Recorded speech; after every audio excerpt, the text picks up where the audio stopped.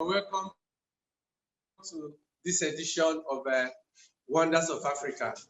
We took you around the world, all the way from Jamaica and the Gambia, and the musician told us about the different places, about connecting Africa, which is what we are doing today. So you will all see this, a very beautiful, peaceful town. Kente industry has been in Ghana for over 400 years. And it's a very unique industry.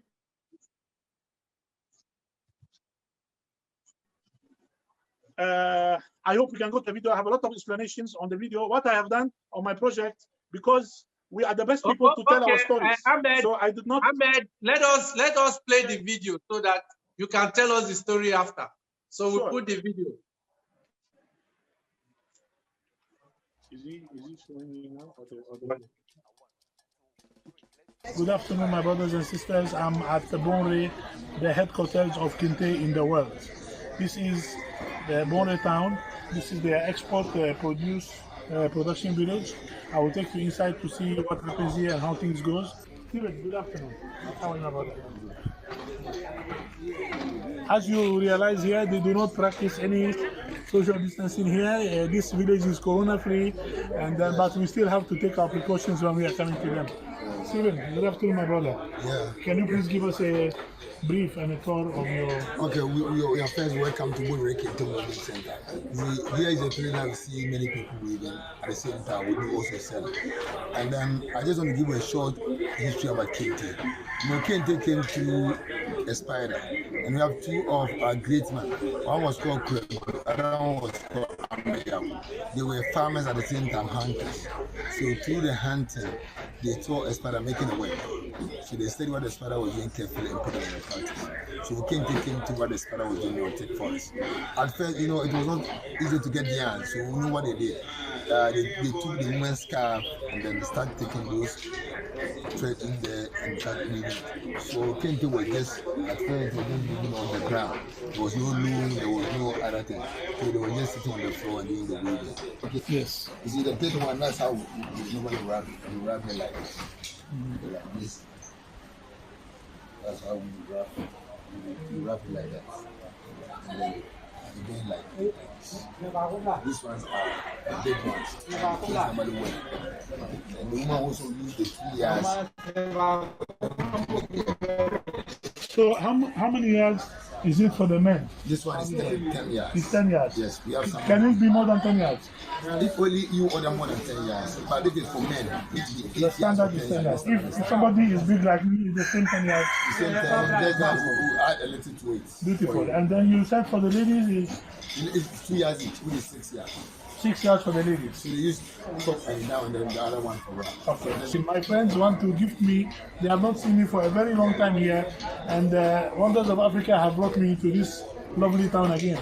They are gifting me a handmade fugu. They don't want me to go home without it. So this is the magic of the Wonders that are working now. And here I am.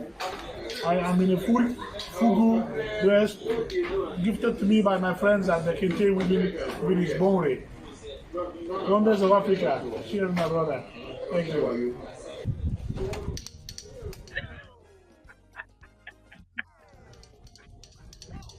So my visit to the Kente headquarters in Ghana is done.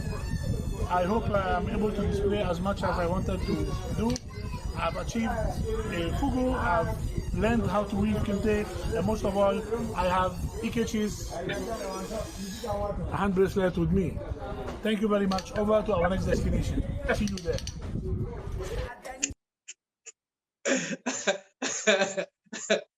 Ahmed, you were weaving Kente. That's amazing. You know, I have those fugu that I got from northern Ghana. So that's amazing. What's the name of this town?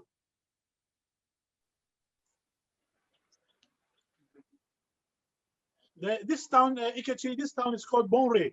Bonywire. Bonre. Okay, we'll come back to that place. Let's take you to your next destination. We'll round up later. Let's go to your next destination. This is where all the kings have their Kente. Yes, but I want to comment on the little on little thing, Ikechi, please, if you may allow me. You know, as you see, in the destinations that I chose, I try to be there in person, be there on live, and also involve the people in the community so they feel they are part and parcel of what we are also doing. So when you ask some of them to join you in a project or support you in a project, he knows that he's already been part and parcel and he understands what is going on. That is the concept that I used. You'll see the next videos I've involved them in it. And if I may say, sorry, I have visited the destinations myself because most of these destinations we have not been to for the past 8 months to 1 year. So I wanted to make sure that they all still exist, they all still function the way that we left them before we went on lockdown. And this is the result that I had. Thank you for the opportunity again. Okay, thank you. Yeah, we are going to the lake now. Thank you. Just cute him. No, yeah. Medasi. They call you today. Jam rhythm. Yeah. Rockstar. DJ Camila. Drop the song, make we dance. Oh, DJ Camila. Drop the song, make we dance. Yeah. Where the party there today? Hey mama, hey I ever say. Shake your body, man, you're gonna. Cause hey mama, hey I ever say. So where the party there today? Hey mama, hey I ever say. Shake your body, man, you're gonna. Hey mama, hey I ever say. Yeah. You make sad for no reason. Don't you know, say this be our season. Did the pray make a right? Yes, good afternoon and welcome to the majestic Lake Bosumtwe in the Ashanti region of Ghana. Today is the 19th of November. It is 12 noon, a burning sun here. I'm just yearning to jump into this beautiful water and swim. I am with the owner of the Eco Grand Cabana Resort, Mrs. Doreen, which will give us a little brief on the history of the lake and the history of her project and how she started it and what she does here, a beautiful place. Hello, good people of Africa. To introduce Lake Bosumtwe to you, I would say that it is a charming resort that is located at the evergreen forest hills overlooking the Lake Bosumtwe, and it is set up as an adventure golf resort. Now at Lake Bosumtwe, at Grand Eco Cabanas Resort, when you come here, we have accommodation. We have the whole area is an 18-hole golf resort. You can play golf. It's a place that when you come, you live, you play, you relax. And then we have different facilities here. We have a swimming pool here. We have mountain hiking that we organize for tourists, for our residents to go up the mountain and do hiking anytime that they come. Those people who are interested in the boat cruise, we take them on the lake and we do a boat cruise.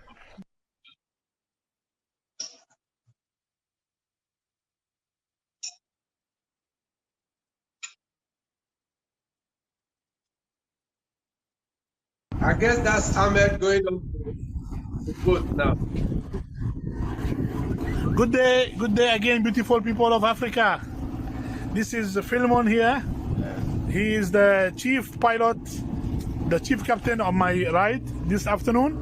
And this is Joshua, is his assistant. Today on the 19th of November, Thursday, with my little beautiful princess. Her name is Tala. And this is the woman behind my smile. Please take off your mask and let them see you properly. This is the woman behind my smile. And then you have lovely people, a good captain like Philemon, which I will take over from him. I will do the drive. Yes, yesterday at the Kente village, I showed you how to weave Kente. This morning, I'm showing you how to ride a boat. I'm in control. Don't worry, things are okay. Everything is fine. Okay. So we're cruising with speed now on the lake. Things were going very slow. Now we're doing it with full speed, and I love this. The adrenaline is so high. I'm telling you, it's so high. Yes, Lake Bosumtwe is 25 kilometers south of Kumasi. So it's eventually a 30 minutes drive from Kumasi, and you land up at this lovely place here. It's in the heart of the Ashanti region, and is the only natural lake in the region here. Yes, I promised you to come back for my tilapia. We caught it from the water and we just grilled. I have it here. This one goes to Ikechi and Didier by Yeye. This they could not get me the mother of the tilapia, so they got me the two daughters. You see, I have the two daughters here. 1, 2. So lovely. I hope to host you here very soon, and we share this together.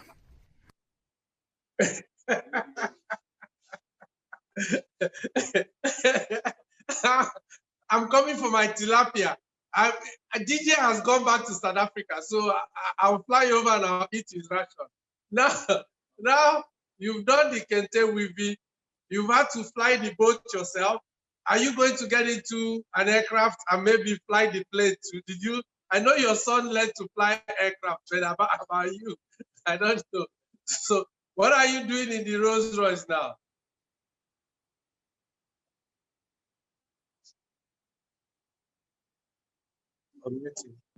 Unmute me. Yeah, can you hear me now? Yes. Yeah, come on, I am waiting for you. Come on, your seat is here. Angela from Angola wants the tilapia too. So there are many people. Angela will come. I have a seat for her at the back here also. See the seat for Angela. Angela have a seat here. Angela has a seat for you at the back of the Rolls Royce. Beautiful. So we are going to if I may add something on the Lake Bosumtwe. The Lake Bosumtwe is featured in the UNESCO World Network of Biosphere Reserve. It has a diameter between 8 and 12 kilometers, depending on the area. It's not a straight, it's not an accurate circle. And then it hosts 22 communities around it, and they are mostly fishermen and farmers. The main crop they farm around the lake is cocoa, and then they have the fishes in the water. So you know, if you have fish and you have cocoa and you have your family, that is all what you want there. Thank you.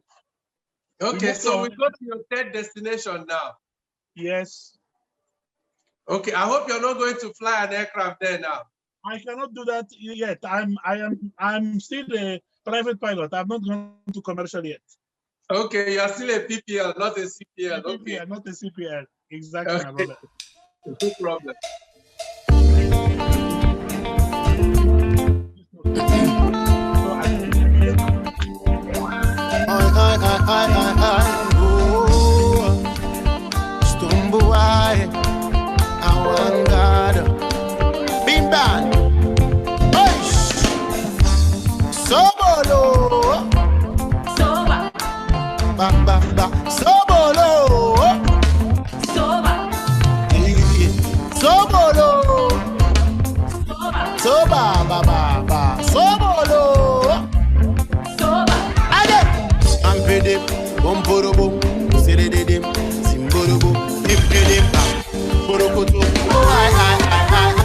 So me cut down on me dreaming responsibility. See me now, so Maswa obi do bana kuma nini kresi mi tri so. Me mo biara mbetiti yentemu de bi de nyame ni so do ye we oh I never them jealous me yeah. Cause she love me alone and you don't want no two I see yeah. Me so me pe Sarah only you wanna see yeah. Me no see no other girl, all them one way I rushing on me DM. Ba ba ba ba bam bam bang bang. Also brush up on some many. To the eye. Also brush up on some many. Also brush up on some many. You and yeah she me mama. Say me who and yeah she me mama. Say me who and yeah she cry.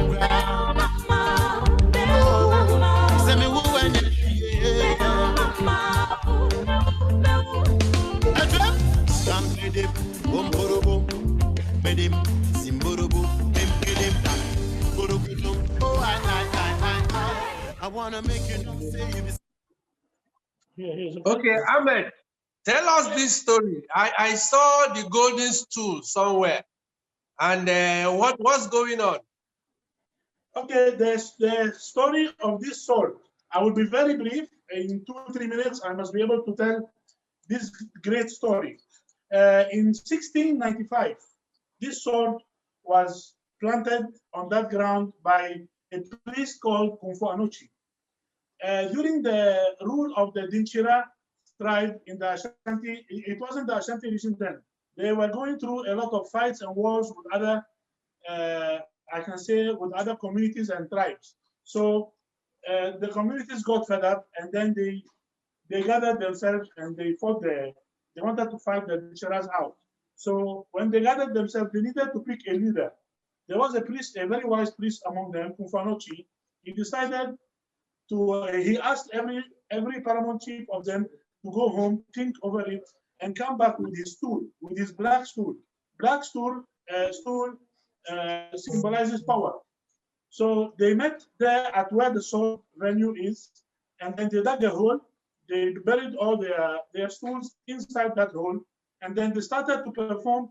He started to perform actually some rituals, and that included some thunderstorms and lightning and drumming and a lot of noise there, until all of a sudden, the golden stool descended and landed gently on the lap of the Ashanti king, who was Osei Tutu the First. Osei Tutu the First was then chosen to lead the tribes, and then they formed the Ashanti kingdom. Now, this sword, the symbol of this sword there is that whenever this sword is removed from there, or anyone is able to take it out from where it is, it will lead to the collapse and disintegration of the Ashanti kingdom. So it's a very high symbolic there. And after they met, sorry, I skipped something. So when they met and they agreed that they all owe allegiance to the new king Osei Tutu the First, who then became the Ashanti Hini, they took hair from every paramount chief, and part of their nails, they burned them to ashes and then added palm wine to them, mixed them with the wine, and they made all the chiefs taste it. So they know now they are all into it together. And this one went on until 1964, during the rule of Kwame Nkrumah. Muhammad Ali, the renowned boxer, Muhammad Ali, visited Ghana, and then when he was told the story, he said he wanted to try for himself. So he visited the site in Kumasi, and then he opted to try to take off the sword from where it is. Now he tried certainly with no avail. There was no any chance of him removing the sword from where it is. Now the other superstitious story, which we do believe in some way, that a contractor, when you know where the site is located, the sword, they have built the government hospital. It's the second big hospital in Ghana, and it was named after the priest Kumfu Anochi, who then had the prophecy that the site of the sword will become of great benefit for humankind, and people will come from all walks and all over places of the world to seek healing. And that is where the hospital was built after 335 years. So his prophecy was that the place will be a place of healing, and this is what it is now. And then a contractor who was trying to build the hospital before they earmarked the area for the sword opted to use his excavator to remove the sword. He tied it with the ring and wanted to remove it. Now people then say that the excavator's engine got burnt. So you know, if Muhammad Ali could not do it and the excavator was not successful, okay, and the engine burned, who dares to go there and touch the sword again? Over to you, Ikechi. When we come the next time, I will take you there. I'll go and bring it out. So Ikechi, now my last presentation, once I am in the museum, the Prempeh II museum, he is the successor of Prempeh I, the king that was exiled to the Seychelles. I am sure you know the story. I am in his museum now, and with me, as I opted to involve people in every destination that I do. With me is Madame Patricia, my sister. She is the curator at this resort, at this museum, and then she will briefly take us and show us what she has here. Hello, good fellow Africans. Good afternoon.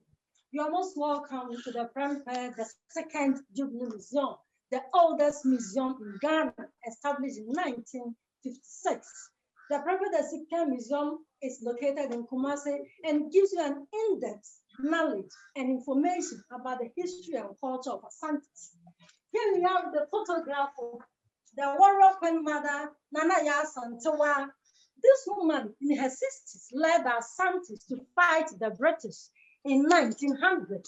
In the course of the war, she was captured and deported to the Seychelles Island. And that's the photograph, the golden stool, which was commanded from the sky by Okonfo Anachi, which I think you know a lot about. And photograph the one whom the museum was named after, Otumfuo Prempeh II, in his coronation robe.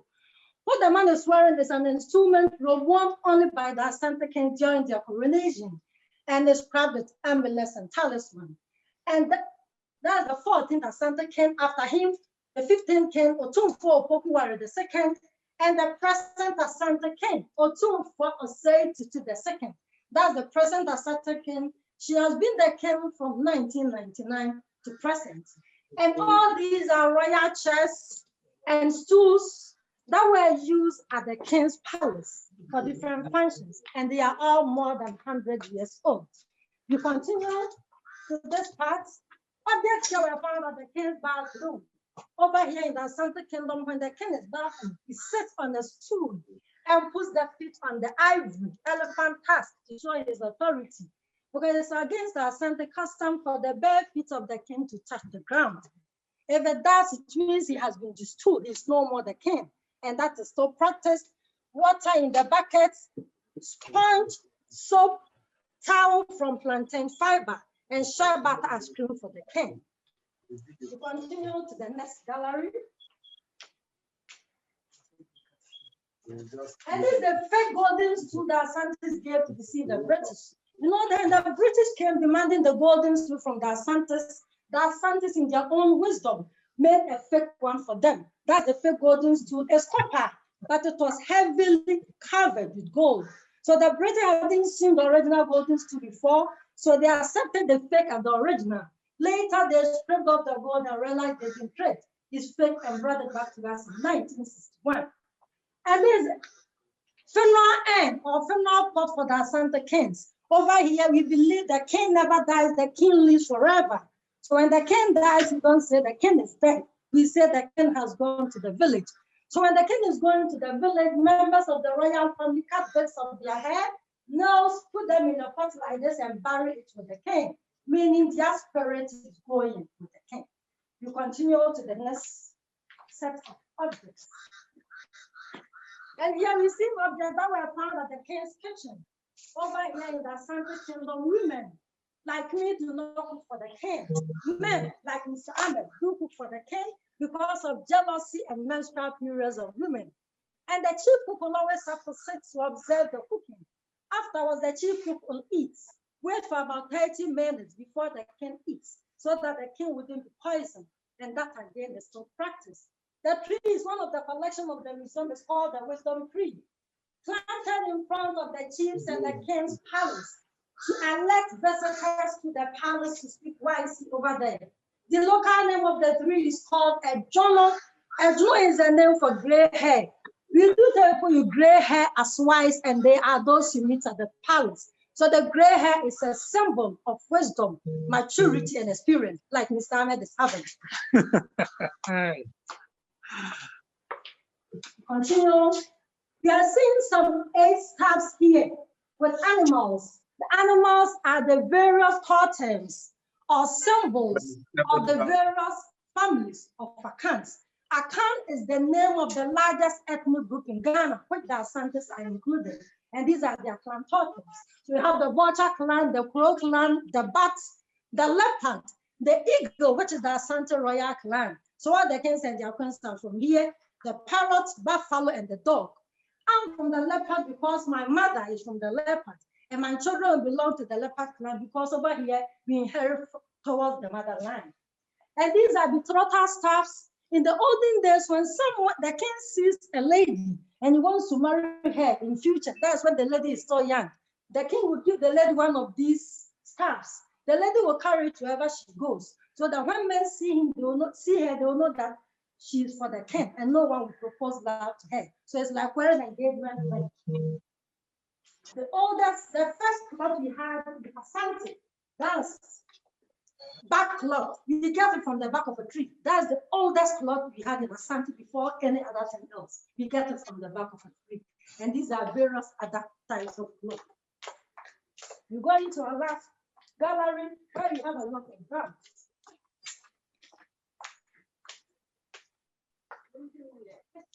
We have a palanquin for the king, palanquin for the queen, both carried by 4 strong men. For the king, it's carried on the shoulder, for the queen, carried on the head.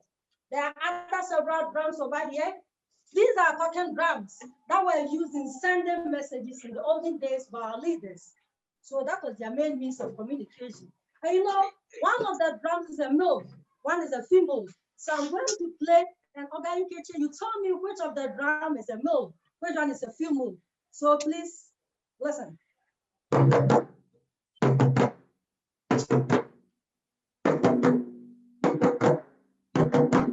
That come again.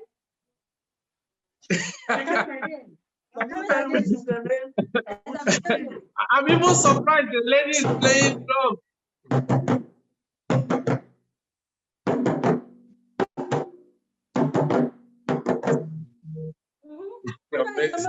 Female drum.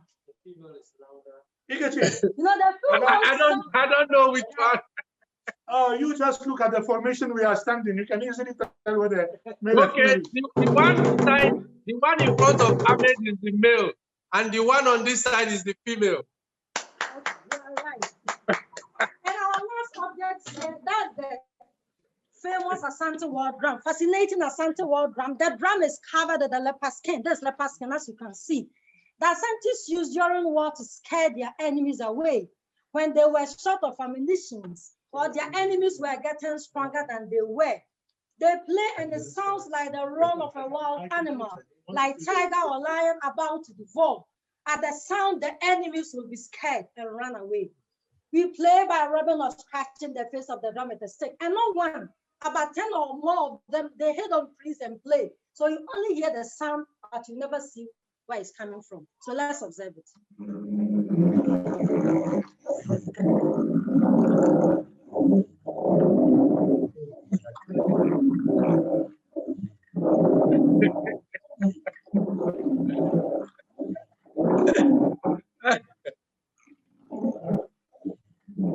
Thank you very much. When you hear such a sound in the bush, the jungles alone, what will you do?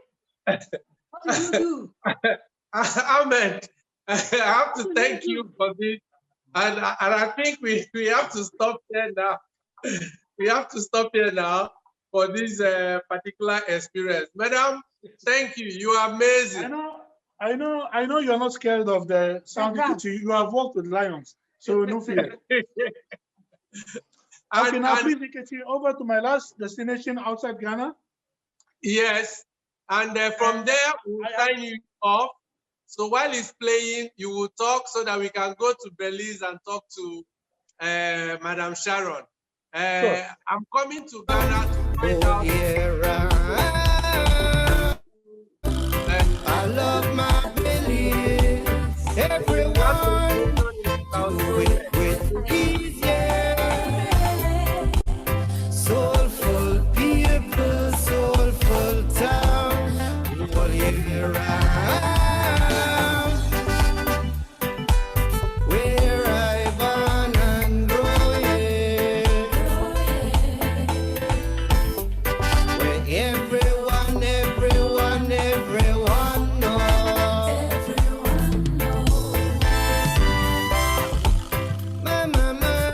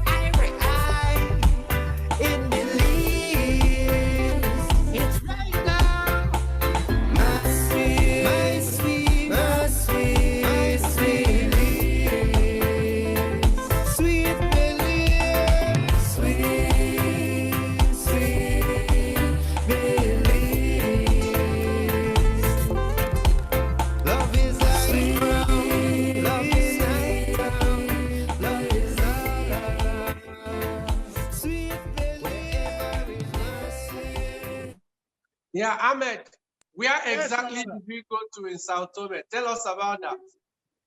Sao Tome, I chose this as my destination, my favorite destination outside Ghana, because this island is one of the Sao Tome and Principe Islands. They call it naturally the Equator, is the equator, but they call it in their language Ecuador.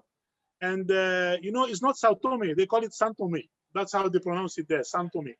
So this very unique island, the the destination that we showed, the climb to the place there is very difficult. It's a tiresome one, but it's worth it, because for you to get to a place where you literally stand and half of your body is in the northern hemisphere and your other one is in the southern hemisphere, it's a fantastic and a lot of fun experience by itself.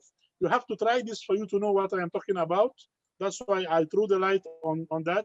It's really a very hidden gem, and it's a must visit for everyone. Look at my beautiful calabash tree here.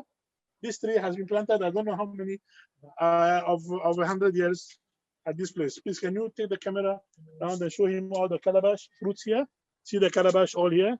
And I take this opportunity to tell everybody goodbye. Thank you for listening to me. I hope I was not boring. I hope I brought some little fun and excitement into this. Ikechi, I have this one for you. Did you see that? Yeah, that's me. This is your hand bangle with your name. Okay. I will send it to you. I will send it to you. No problem. It was done for you. Thank you very much again, and I'm very grateful for the opportunity to showcase my beautiful country, Ghana. Thank you. Once the COVID thing goes down a little, I miss Ghana. I miss all my lovely people. I'm coming. Once the COVID test routine improves, I'll come over.